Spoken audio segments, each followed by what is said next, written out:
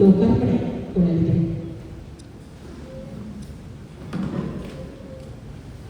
ಇದು ಪುಣ್ಯಪ್ರದ ಕಾರ್ಯಕ್ರಮಗಳನ್ನು ಸಮಿತಿಯ ಅಧ್ಯಕ್ಷರಾದ ಪ್ರಕಾಶ್ ಕೊಡವರವರೇ, ಇಲ್ಲಿ ಸಮಿತಿಯ ಅಧ್ಯಕ್ಷರಾದ ಪ್ರಶಾಂತ್ ಸುವರ್ಣ ಅವರೇ, ಬೆಂಕಳ ದೇವಸ್ಥಾನದ ಅಧ್ಯಕ್ಷರಾದ ಕಾರ್ಯದರ್ಶಿ ಜನಾರ್ದನ್ ಕೊಡವರು ಜೊತೆಗೆ ಆ ದಿವಸ ನಾವು ನಮ್ಮ ಕ್ರೀಡಾಕರ ಒಂದು ಮಹಾರುದ್ರಯಾಗವನ್ನು ಮಾಡಬೇಕು ಅಂತ ಒಂದು ಸಂಕಲ್ಪ ನನಗೆ ಬಂದಿತ್ತು.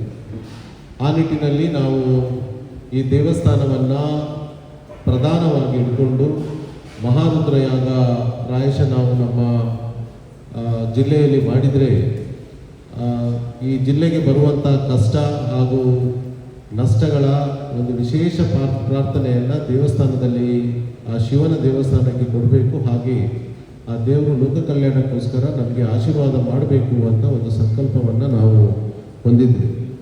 ಅದಕ್ಕೋಸ್ಕರ ನಾನು ಯಾವ ದೇವಸ್ಥಾನದಲ್ಲಿ ಮಾಡಬೇಕು ಅಂತ ನಾನು ಆಲೋಚನೆ ಮಾಡಿದಾಗ ಶಂಕರನಾರಾಯಣ ದೇವಸ್ಥಾನ ಮಲ್ಪೆಯ ಅತ್ಯಂತ ಪ್ರಾಚೀನ ಹಾಗೂ ಧಾರ್ಮಿಕ ಹಿನ್ನೆಲೆ ಉಂಟಂಥ ದೇವಸ್ಥಾನವನ್ನು ನಾವು ಇಲ್ಲಿ ಕೇಳಿಕೊಂಡಾಗ ಬಹಳಷ್ಟು ಸಂತೋಷದಿಂದ ಪ್ರಕಾಶ್ ಕೊಡವರು ಮತ್ತು ಅವರ ಎಲ್ಲ ಇಲ್ಲಿಯ ಪದಾಧಿಕಾರಿಗಳು ನಮ್ಮನ್ನು ಇಲ್ಲಿ ಆಹ್ವಾನಿಸಿದರು. ಆ ನಿಟ್ಟಿನಲ್ಲಿ ಇಲ್ಲಿಯ ಈ ದೇವಸ್ಥಾನದ ಪ್ರಧಾನ ತಂತ್ರಿಗಳ ಮುಖಾಂತರ ನಾವು ದಿನವನ್ನು ಕೇಳಿದಾಗ ವಾದಿರಾಜ ತಂತ್ರಿಗಳು ಇವರ ದಿನವನ್ನು ಕೇಳಿದಾಗ ಇದೇ ಬರುವ ಮೇ 14ರಿಂದ 19ರ ತನಕ ನಮಗೆ ಒಂದು ಆ ದಿನಾಂಕವನ್ನು ಸೂಚಿಸಿದ ಪ್ರಕಾರ ಈ 5 ದಿವಸ ನಾವು ಒಂದು ಅತ್ಯಂತ ವಿಜೃಂಭಣೆಯಿಂದ ಅತ್ಯಂತ ಭಕ್ತಿಪೂರ್ವಕವಾಗಿ ಇಲ್ಲಿ ನಾವು ಮಹಾರುದ್ರಯಾಗವನ್ನು ಆಚರಿಸಿದು ಅಂತ ನಾವು ನಿರ್ಧಾರ ಮಾಡಿದ್ದೇವೆ. ಲೋಕ ಕಲ್ಯಾಣ ಅಂತ ಏನಂದರೆ ಎಲ್ಲ ಬಡ ಮಹಿಳೆಯರಿಗೆ, ಜನರಿಗೂ ಕೂಡ ಈ ಒಂದು ಮಹಾರುದ್ರಯಾಗದಲ್ಲಿ ಭಾಗವಹಿಸುವ ಒಂದು ಅವಕಾಶ ಸಿಗಬೇಕು ಅಂತ ಸಾಧಾರಣ 5,000 ಕುಟುಂಬಗಳು, ಅಂದರೆ ಮಹಿಳೆ ಮತ್ತು ಪುರುಷರು ಸೇರಿ 5,000 ಕುಟುಂಬಗಳಿಗೆ ಇಲ್ಲಿ ಸಂಕಲ್ಪ ಮಾಡುವಂಥ ಒಂದು ವ್ಯವಸ್ಥೆಯನ್ನು ಕೂಡ ಈ ರುದ್ರಯಾಗದಲ್ಲಿ ನಾವು ಮಾಡ್ತಾ ಇದ್ದೇವೆ.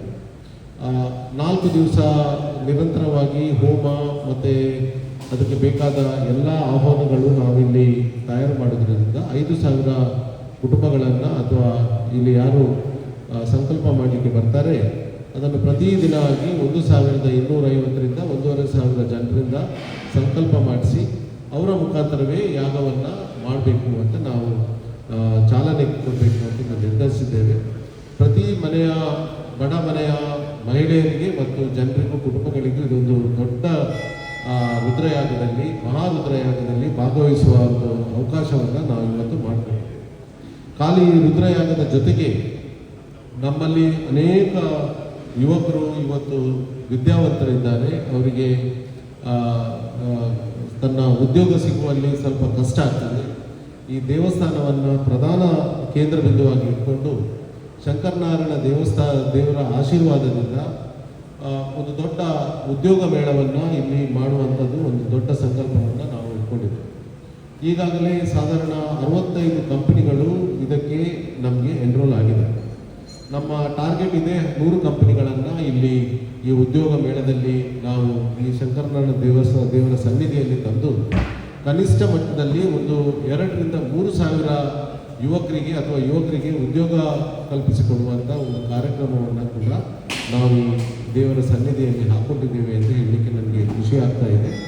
ಇದರ ಜೊತೆಗೆ ಕ್ರೀಡೆಗೆ ಪ್ರೋತ್ಸಾಹ ಕೊಡಬೇಕು. ಯುವಜನರು ಕ್ರೀಡೆಯಲ್ಲಿ ಸಕ್ರಿಯವಾಗಿ ತೊಡಗಿಸಿಕೊಂಡ್ರೆ ತನ್ನ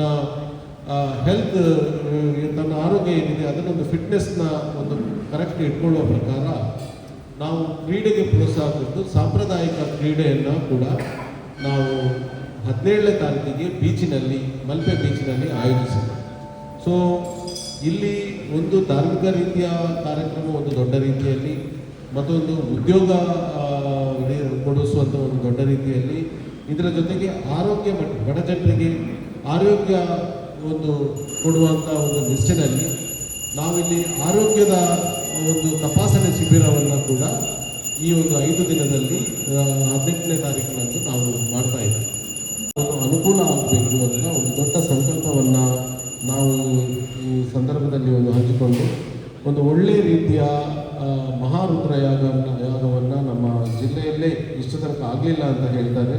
ಆದರೂ ಹಲವು ವರ್ಷದ ಮೊದಲು ಈ ಜಿಲ್ಲೆಯಲ್ಲಿ ಆಗಿದೆ ಅಂತ ಜನರು ಹೇಳ್ತಾರೆ. ಆದರೆ ಮಹಾರುದ್ರಯಾಗ ಒಂದು ಲೋಕ ಕಲ್ಯಾಣಕ್ಕೋಸ್ಕರ ಮಾಡಿದರೆ ಪ್ರಾಯಶಃ ದೇವರ ಅನುಗ್ರಹ ನಮ್ಮ ಎಲ್ಲ ಜಿಲ್ಲೆಯ ಜನರಿಗೆ ಸಿಗಲಿಕ್ಕೆ ಕಾರಣ ಆಗ್ತದೆ ಅಂತ ಒಂದು ನಾವು ಸಂಕಲ್ಪವನ್ನು ನಾವು ಮಾಡಿಕೊಂಡು ಮುಜರಾಯಿ ಸಚಿವರಾದ ಶ್ರೀ ರಾಮಲಿಂಗ ರೆಡ್ಡಿ ಅವರು ಇಲ್ಲಿ ಬಂದು ಈ ಕಾರ್ಯಕ್ರಮವನ್ನು ಉದ್ಘಾಟನೆ ಮಾಡಲಿಕ್ಕಿದ್ದಾರೆ.